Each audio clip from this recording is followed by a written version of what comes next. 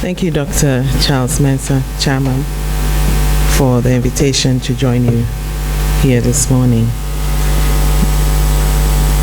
I acknowledge the Chinese ambassador, also the Ethiopian ambassador. I also acknowledge the ambassador who is visiting from Beijing, who is in charge of FOCAC.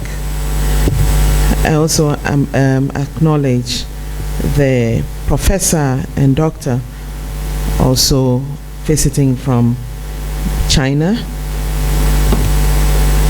Also acknowledge former ambassadors here, honorable members of parliament, the executive director of IEA, Dr. Dede Amano Wilkes, distinguished participants, ladies and gentlemen. Let me thank the executive director and the organizers for the honor and privilege of being invited to this seminar. Although I do not have too much time to spend here due to other commitments, I have no doubt, nonetheless, that the subject to be discussed is of immense significance, viewed from Ghana's foreign policy perspectives, including international peace and security, as well as our shared aspirations towards accelerated and sustainable development. Consequently, I wish to commend you for taking the initiative to interrogate not only the special relationship between China and Hong Kong, but also the impact of governance on development. Hong Kong is officially described as a special administrative region because of the unique political, economic, and social space it occupies in China due to its colonial history, from which it emerged as an enviable hub for international trade, finance, and investment. Ghana has long nursed an aspiration to become a trade and industrial hub in West Africa. This could be modeled on Hong Kong. Hopefully, the choice of our country to host the Secretariat of the African Continental Free Trade Area could make us achieve that vision in West Africa. Those familiar with the historical antecedents of Hong Kong must understand why it enjoys a privileged status such as high degree of autonomy, free enterprise, and a strong, unwavering commitment to the rule of law. Those were some of the conditions agreed with the British in 1997 when China finally took over her territory.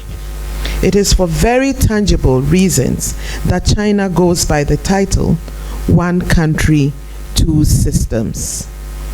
No wonder the political unrest in Hong Kong, initially provoked by the unpopular extradition bill, has now extended to cover other political demands aimed at consolidating democratic governance in the territory. One of the cardinal principles of Ghana's foreign policy is respect for the right of self-determination of peoples. At the same time, we believe in non-interference in the affairs of sovereign states. We also believe in the peaceful resolution of disputes within and among sovereign entities.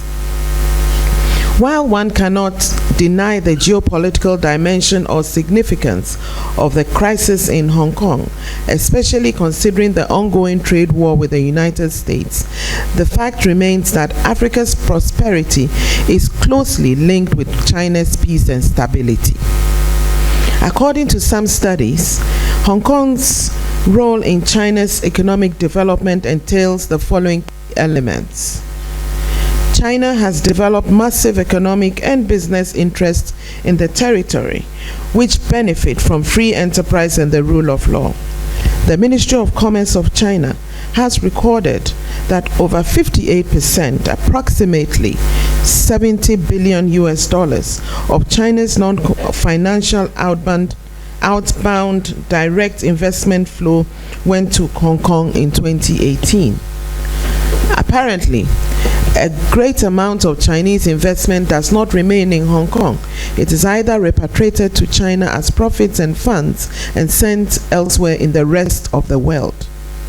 It is further claimed that mainline companies, such a detour with their Let me take it. It is further claimed that mainline companies take such a detour with their investments through Hong Kong in order to take advantage of the territory's favorable regulatory environment and available professional services.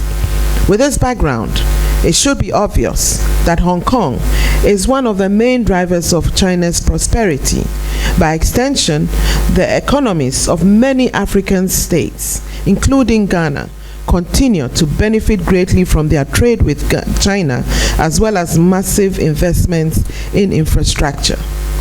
A look at the range of development goals covered in the Beijing Plan of Action for the period 2019 to 2021, which was adopted by our heads of state at the Forum on China-Africa Cooperation in September 2018, underscore the depths of relations that China and Africa want to build.